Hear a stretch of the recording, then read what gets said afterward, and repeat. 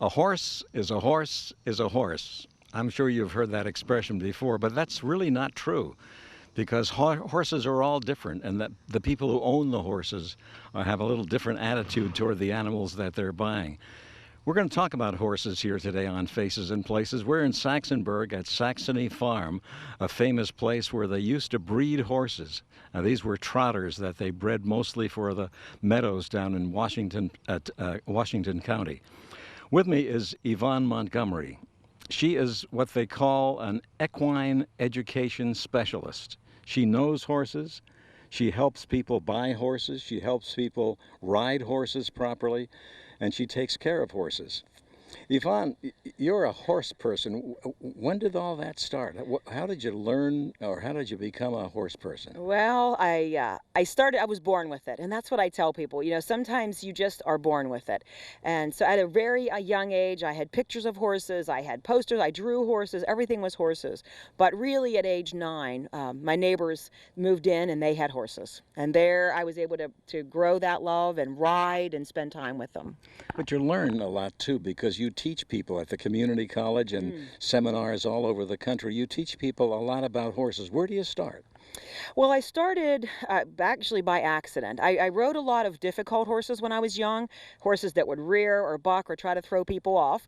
And so at 16, I had a neighboring barn say, could I pay you to ride my horse? I'm like, paying me? You're going to pay me to ride a horse? Absolutely. So that's how I started, kind of by accident. And then people said, well, could you teach me how to ride a little bit? Sure. And then I would show horses. I learned, I would take and watch. I went with somebody for years. I couldn't afford lessons, but they would take the lessons and I would watch. And then I would come home and practice on my pony. So that was the best well-trained dressage pony, you know, ever. But so I would practice that. And then I started, again, reading and learning and taking classes. And really it evolved naturally. I mean, just by doing, learning by doing, making mistakes, practicing, doing again, and just all kind of came along. Well, Yvonne, a lot of people who know how to ride are not very good teachers. How do you know that what you were teaching was really the right thing? Well, I believe it's a gift, first of all, that I have a unique ability to teach both horse and rider. A lot of people are terrific horsemen, but they're not good teachers. They don't know how to get that word across to the person. But I actually can understand people and horses, so that's my benefit. When you see a horse, is there some silent communication between you and the horse? Yes. Actually, I can learn, or I have learned horse body language very well. Communication. I actually wrote a book about that, horse body language, because it's so subtle. But I can read a horse just by looking at his eye, by looking at his leg or his tail, and know that that means something. Many times somebody buys the wrong horse. How do you decide what kind of a horse is right for a particular person? Again, I kind of have a scale of 1 to 10 that I judge horses on and their personality. And I then compare that to the person and get to know their personality. And I know certain people have a goal and an aptitude to learn quicker and faster, just like the horses. Some just want to relax and just kind of hang out and trail ride, and so they need a different type of horse. But again, I can pretty quickly judge the person's personality and the horse's personality. Many times I understand somebody buys a horse and they want to treat that horse like it's a dog, a pet dog at home. What's wrong with that? Well, the difference is a horse is a prey animal and the dog is a predator. So the difference is a horse is a livestock and they respond differently than a dog would. And so this is where we have a problem. People think that horses act like dogs, and they really don't. They really don't. So they have to treat them differently. Now, there's also a question of riding the horse and finding that maybe there's some physical disability in the horse that has to be overcome. How do you go about that? And again, that came just through working with horses and people. But I realize a lot of horses have physical damage from a fall, from treatment, or something's happened and they have an ill-fitting saddle. And I really actually have developed a physical therapy program that with a special set of exercises and routines and stretches to rehabilitate that horse to feel better. So many times when a horse has the wrong gait, if that's what you call it, Hmm. you can correct that gait, just you yourself, by manipulating the horse's muscles or bones or something? Yes, yes. Actually, a lot of times a horse will be short strided either in the front or the back because their muscles locked up or because something's caught, or maybe they've rolled in the pasture, they've rolled on a stone. I mean, many reasons can happen, you know. And so then, yeah, we fix that gait, we fix that mechanical problem, then we work on the muscles. You've developed a program called Horses 1, 2, 3. What's that? Horses 1, 2, 3 is my riding system that it comes with a system of groundwork, ground exercises that takes you from the beginning of just leading a horse and then learning body language as you learn to lead your horse and work with them, and then up to riding your horse, very basic skills and up to very high degree of difficulty skills. And it teaches you body language, behavior, and the some of the nuances that most people miss. What are the mistakes that most new riders make? Some of the common mistakes that the new riders make, they either think they're better than they are or they don't think they're good enough. And so they will treat the horse like a dog, and then the horse starts putting them in their herd. The horse will put them in the herd in a low position, and they don't even realize the horse is nipping them and biting them, and they think it's cute, but it's really not cute. How old are the people that come to you to want to learn how to ride a horse or maybe even think about buying a horse? The average age of my people are between 40 and 60, and some are 72. I have one 72-year-old who just started riding, which is really cute. But so actually the people, I have a few young people that I work with, but the majority of the people are 40 to 60. Let's talk to some other horse people. I appreciate talking with you. Thanks for having us out. Thank you for coming. It's been a pleasure. Thank you. One of the students out here and one of the people who has learned a great deal about horses is Mary Lou Bobbin. She's from Butler. How did you get involved with horses? Well, like Yvonne, she had that love since she was born. I had a love of horses, but not the skill. And so when I was little, I had a big horse scrapbook of all horse pictures and horse statues that I played with. But I grew up in Pittsburgh at the time, and it was also out of my parents' budget to take riding lessons. So I put my dream of having a horse in the background till after I had my kids and everything. And then when I was 55, I got on a horse for the first time in my life. And I fell in love with it, and I just loved it. And that's how that's how I got here.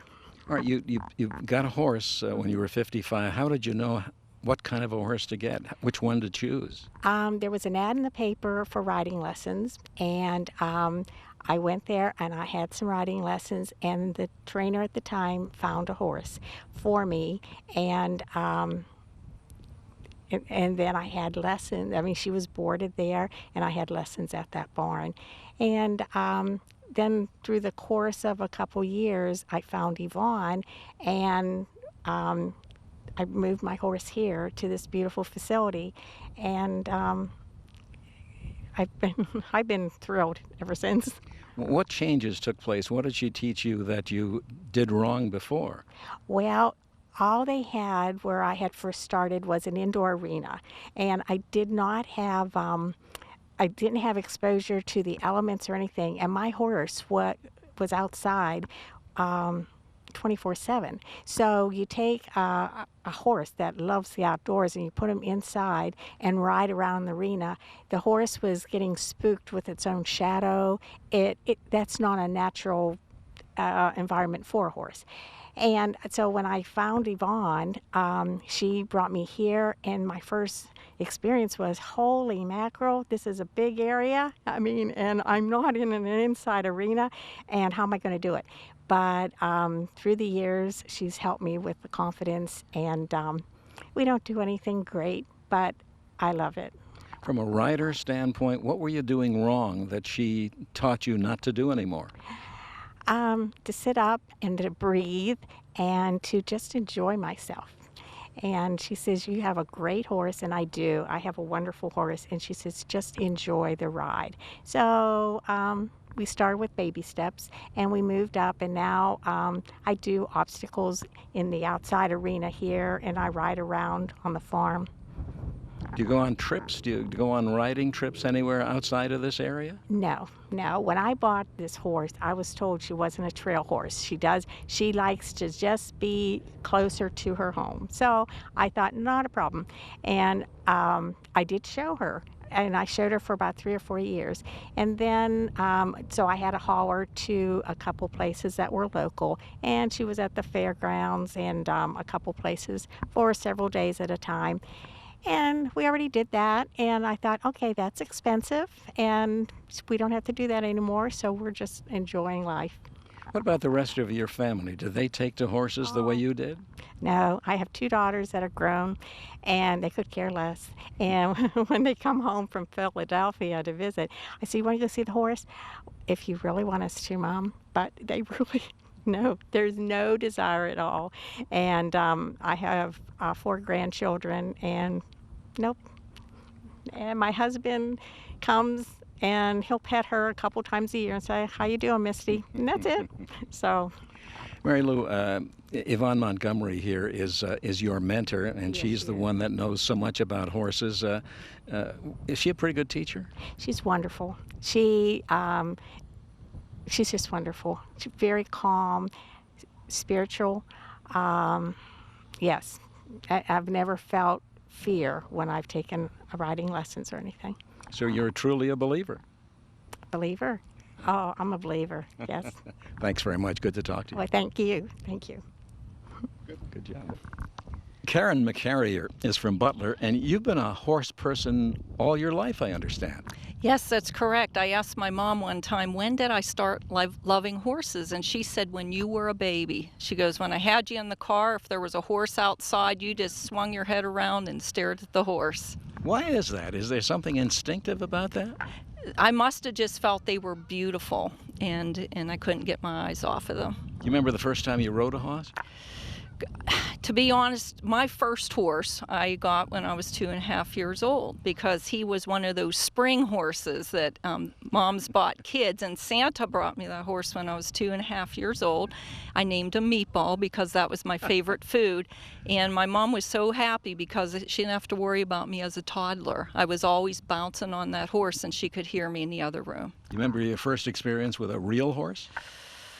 Probably, besides being put on some pony rides at some, amusement parks and being led around, my mom did pay for a few English riding lessons when I was younger. So I was probably like 7, 8 years old. When did you really get interested in horseback riding and horses altogether?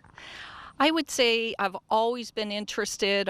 In my mid-40s is when I really got more serious. I had discussions with my husband, and instead of choosing other things to do with my time, I decided this is a time to buy a horse. So mid-40s is when I got much more serious to a different level. How did you know which horse to buy? What kind of a horse to buy that would fit your personality? What I did is I was taking some horseback riding lessons locally at one of the local farms, and I had about 4 or 5 lessons in a row, and I spent most of my time during those lessons either grooming the horse and or walking around on the horse, and I felt to me that it wasn't cutting it. I wanted much more.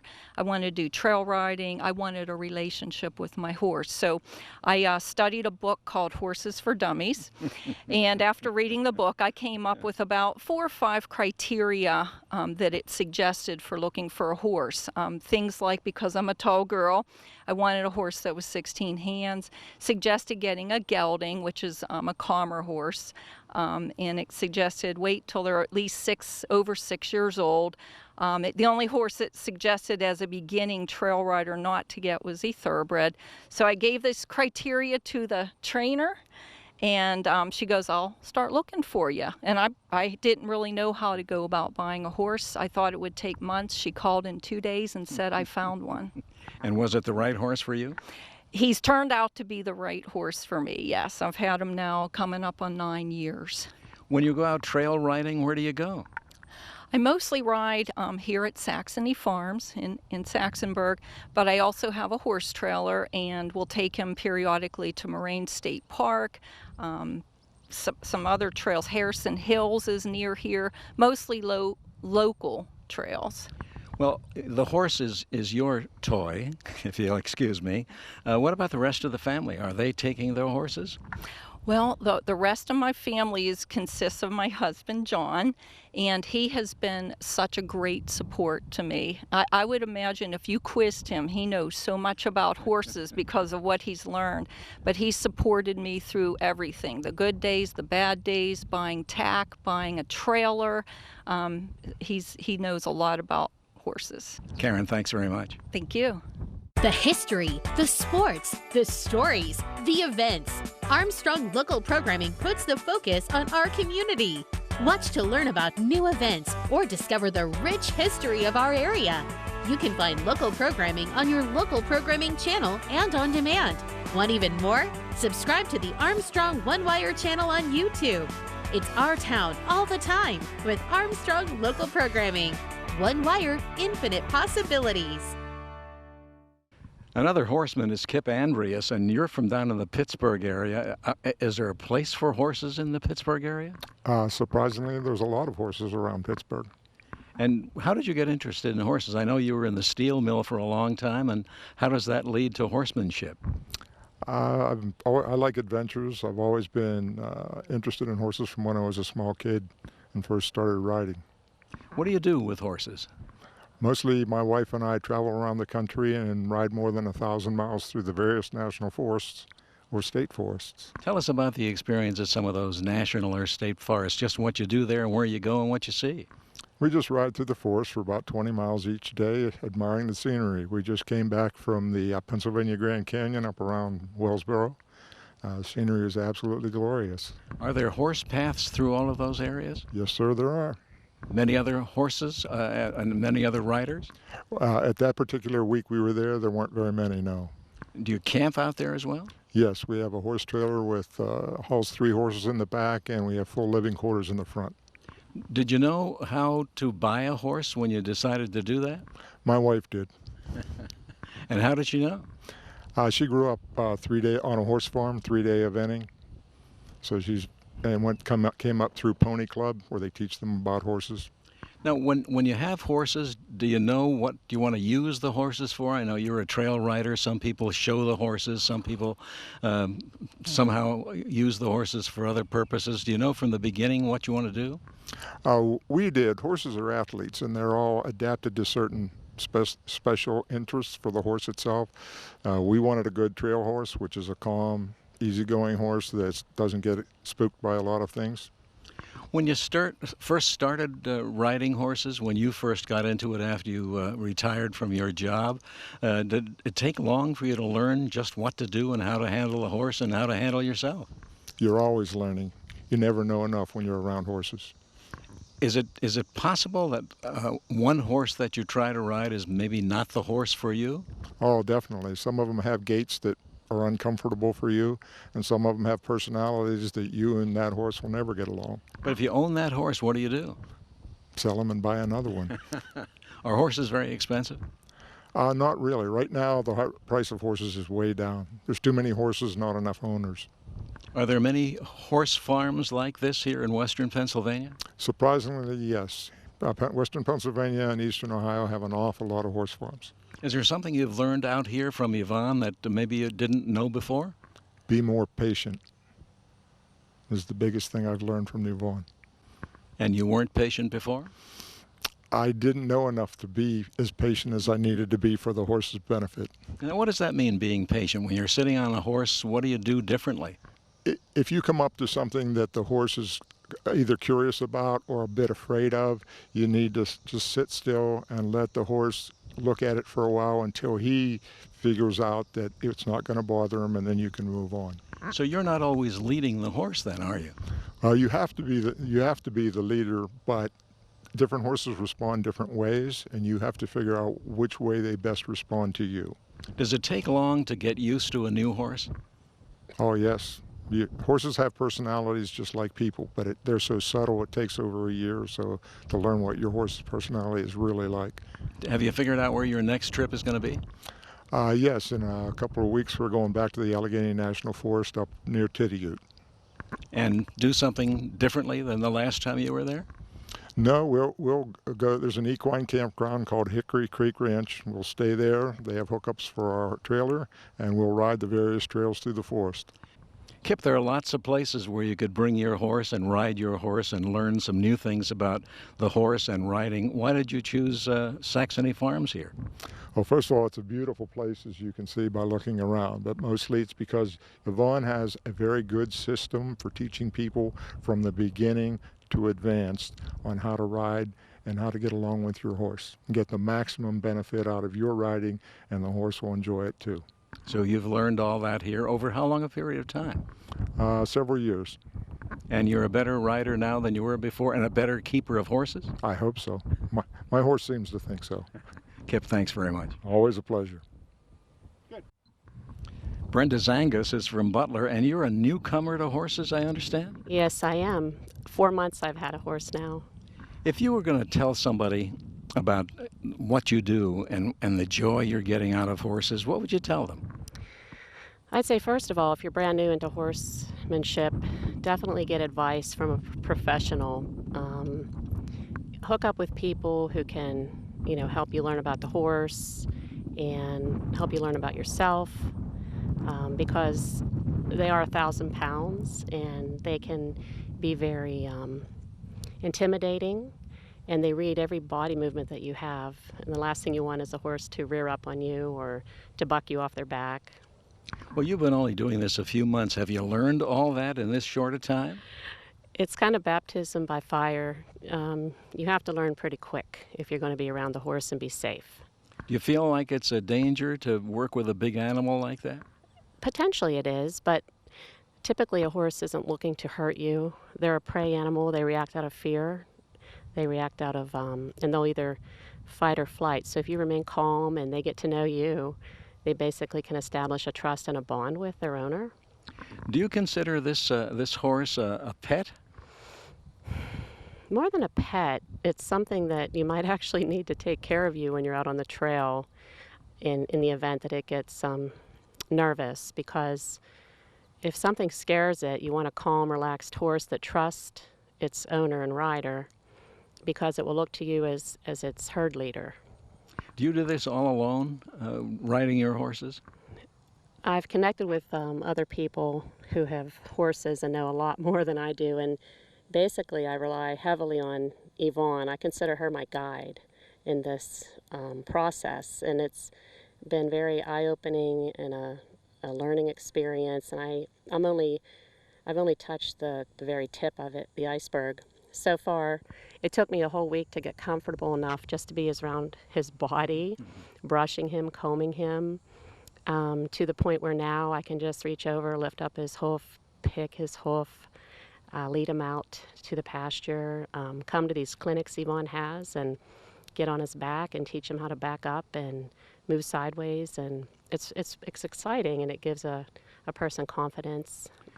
You mentioned the word confidence because you had mentioned earlier when we talked before we started talking on the television here that somehow this enlarged your confidence, your feeling of well-being. I would say definitely to get an animal of that magnitude to trust you and to be able to care for it. It does definitely give you a sense of a caretaker with a very important job, around an animal that could actually literally, pummel you into the ground. Has that helped you, this confidence, with your family? Well, I have 3 children. 2 are teenage boys, and they're wonderful, wonderful kids. But I think it might help me with my patience and confidence in being a better leader, like as a mom. Just calm, collect. I mean, I didn't need a whole lot in that area. I feel like I'm a good mom. But I worked for 18 years in D.C., and for the last 18 years I've been a stay-at-home mother. So I really needed something for myself as my children are spreading their wings and finding their way in the world.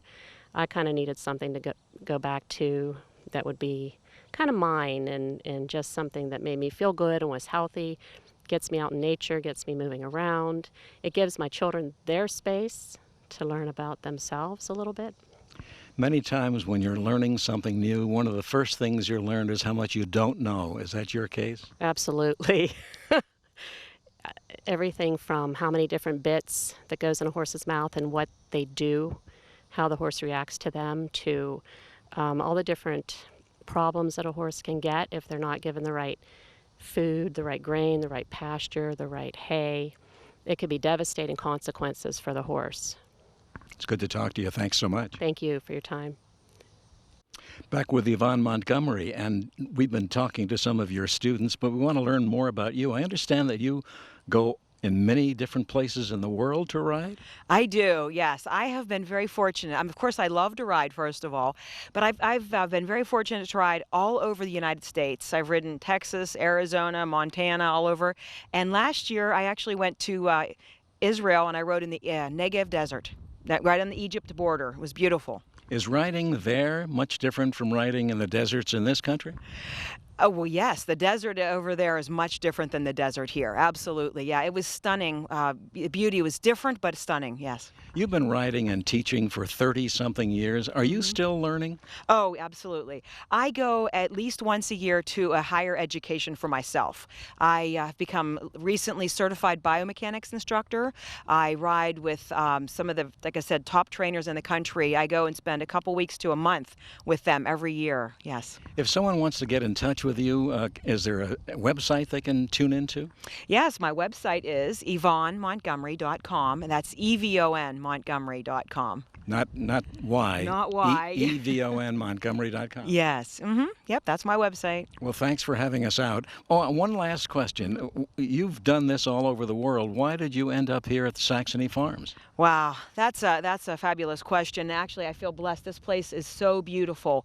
And really, there's a peace about being here. There's a presence of peace here. And when I started coming here, I realized that this was just a special place. And Saxonburg, the western Pennsylvania Saxonburg area, has a lot of horse people. And it's just a great place to have a base. Yvonne, thanks so much. You're very welcome. Thanks for coming out today. You're welcome. It's a pleasure being out here. Beautiful location here in Butler County. I'm Larry Berg. We'll see you next time on Faces and Places.